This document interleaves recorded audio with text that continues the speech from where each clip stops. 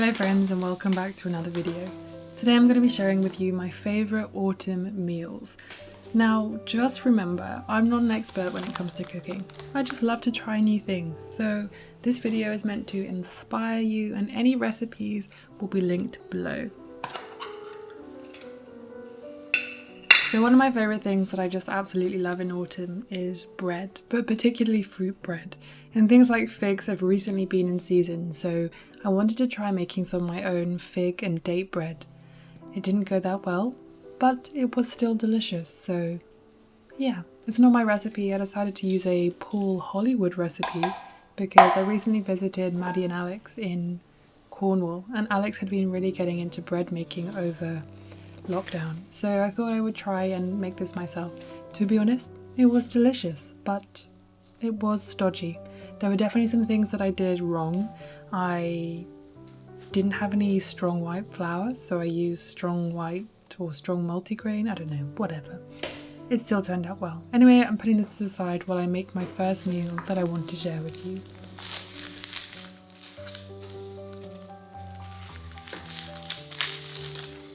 So one of my favourite meals is Aloo Gobi. Indian food is just perfect if you're vegetarian or vegan.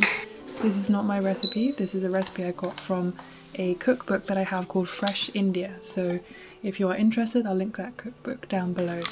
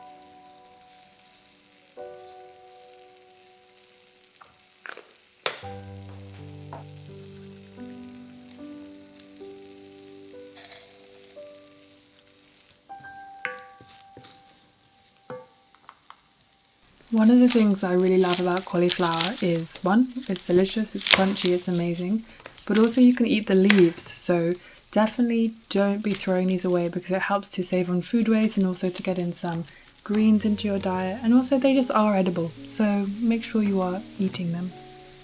After I cut up the cauliflower into little florets, or quite large ones, then I just put it into my mixture with some tomatoes and then give it a little stir. It's quite a dry curry, so if it's not your bag, then you can always have this as a side dish with something like sweet potato vindaloo, which is also another recipe I found in Fresh India, which, is delicious.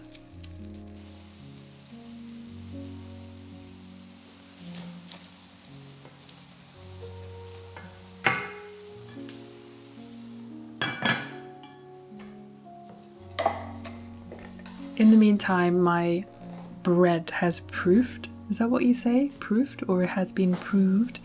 And then you're supposed to incorporate these. I didn't really know what that meant, so I just thought I'm just going to squish them in and see what I can do. I think I kneaded it a little bit by accident, but it was difficult, guys. Anyway, I separated this into 2 loaves, made it nice and round and a bit squishy, and then put it on a baking tray to proof for another hour. After all of this veg was cooked, then you put in some cooked potatoes, because apparently that's what you do. Some salt, probably some more lemon, and then the aloo gobi is ready to go. I like to have some immediately, but then I always like to freeze this because whenever I'm craving a takeaway, sometimes honestly I'll get this out, make another side or some special rice, and that will be it. It'll help me stop those takeaways. Okay, so back to the bread. Sprinkling some flour on, because apparently that's what you're supposed to do. Scoring it. Did not score this enough, but hey. And then I'm just shoving them in the oven. Now, one of my mistakes was I put it in the oven and it wasn't hot enough, so as you can see, these lovely little loaves look quite nice. But once you open it up, oh, look at that crust. Yeah, there's the stodge and the density, because I don't think it rose enough, and again because my oven wasn't hot enough. But it was delicious. And I still ate it, as did my family.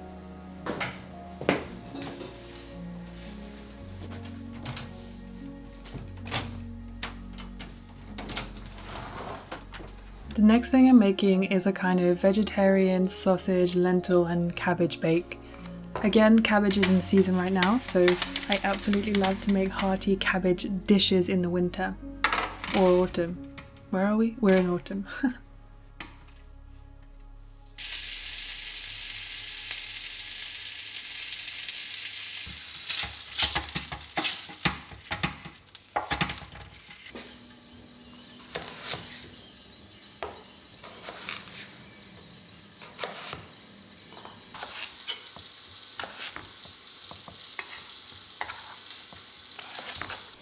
Once my sausages had fried for a bit, then I put in my potatoes and I put in the vegetable stock. I'm not quite sure why I didn't record that. It's a little stodgy, but I quite like stodgy. It still tastes good though.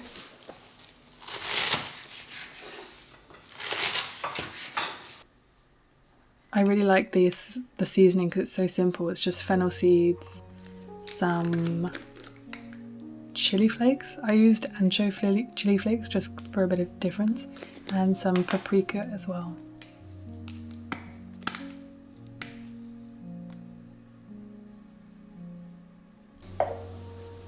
Once I took it out of the oven, I just put my lentils in, and then I put in all my herbs and some fresh thyme as well.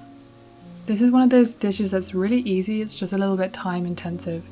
I put the fresh thyme on, and then I just shove it back in the oven again for about 15 minutes to cook those potatoes and everything all together and all delicious. And while that is cooking, I'm gonna read my book that I'm obsessed with right now.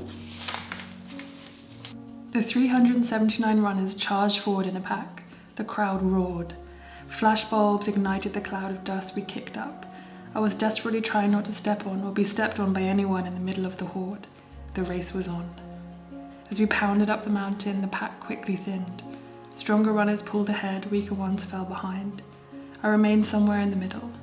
I'd been told that one of the tricks to finishing in the Western States, though I questioned whether there was any such thing as a trick to running 100 miles.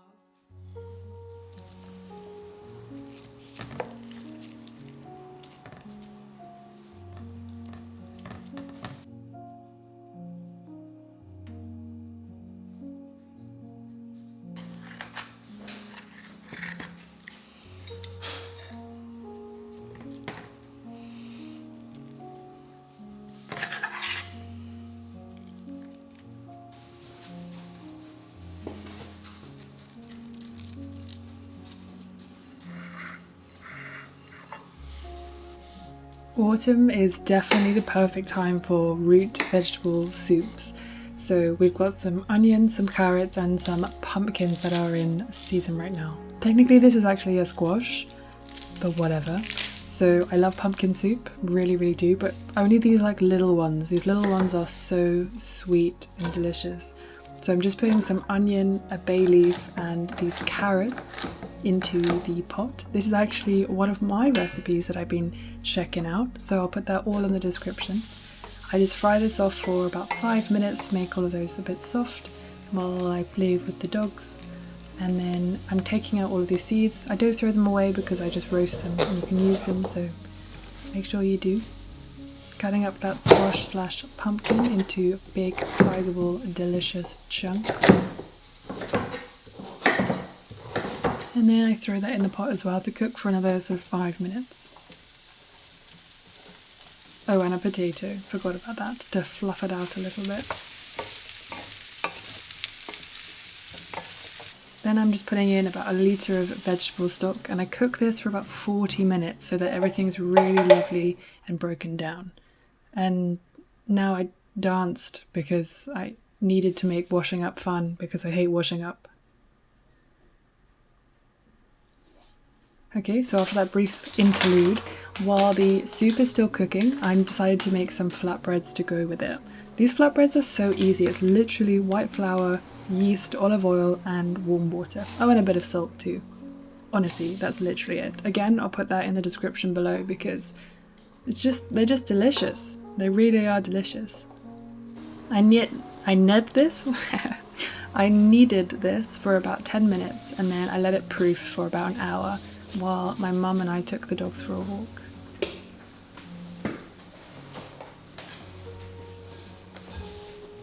In the meantime, I took the bay leaf out of the soup and then I blended it up real good because I like a smooth pumpkin soup.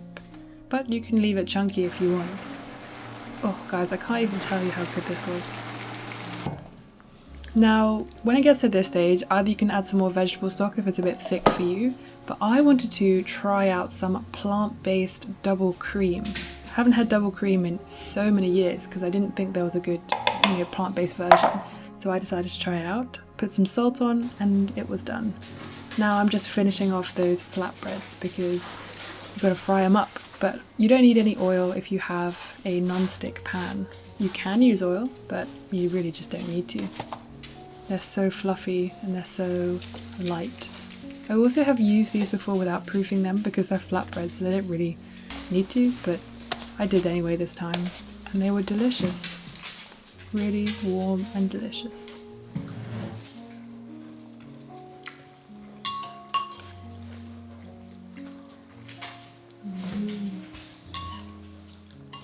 Soup is good, huh?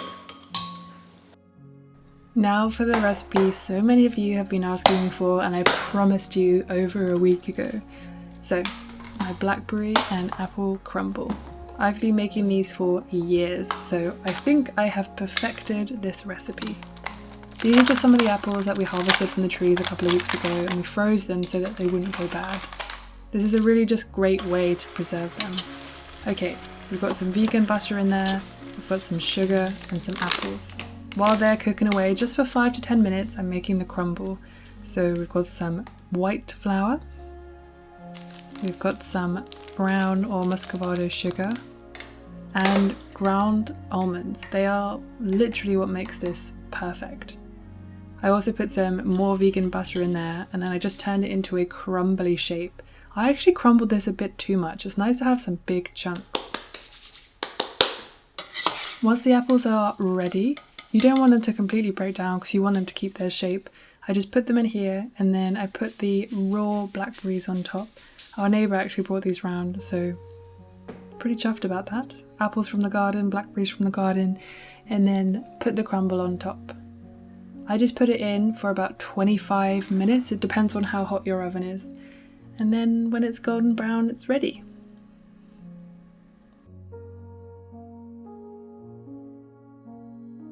A huge thank you to Squarespace for sponsoring today's video. If you don't know Squarespace, it gives people a powerful and beautiful online platform from which to create your website. I create my website from Squarespace and I just love the freedom it gives me. Squarespace has powerful blogging tools to tell my story and share my updates, to post photos and videos and categorize, share and schedule all my posts to make my content work for me. So if you're interested, go to squarespace.com for a free trial, and when you're ready to launch, go to squarespace.com/sustainablyvegan to save 10% off your first purchase of a website or domain. Thank you so much for watching. I'll see you next time.